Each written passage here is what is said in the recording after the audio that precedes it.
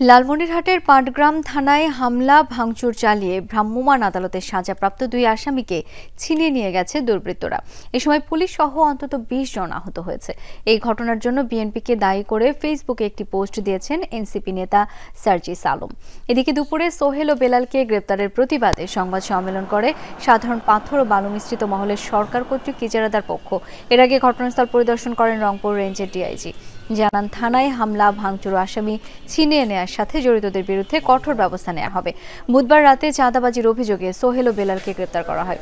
থানায় নেওয়ার সময় তাদেরকে ছিনিয়ে নেয় দুর্বৃত্তরা। পরে থানা ভবনে হামলা ও ভাঙচুর চালায় তারা। অবৈধভাবে পাথর উত্তোলন ও চাঁদাবাজির অভিযোগে সোহেল ও বেলালকে গ্রেপ্তার করা হয় বলে জানায় জেলা প্রশাসক।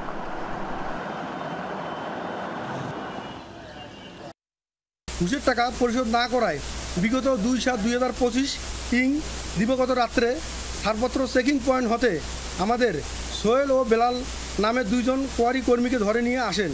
বর্তমানে অতিরিক্ত ফোর্স মোতায়েন রয়েছে, বিজিবির টহল বিদ্যমান রয়েছে, বাকি আইনগত বিষয়াদি প্রক্রিয়াধীন আছে। বাহিরে ট্রাক নিয়ে বা বাহির থেকে চাঁদা তোলা, তারপরে রিসিভ দেওয়া, ব্যানার টানানো, এইটার সাথে এই পাথর কোয়ারির কোনো সম্পর্ক নাই।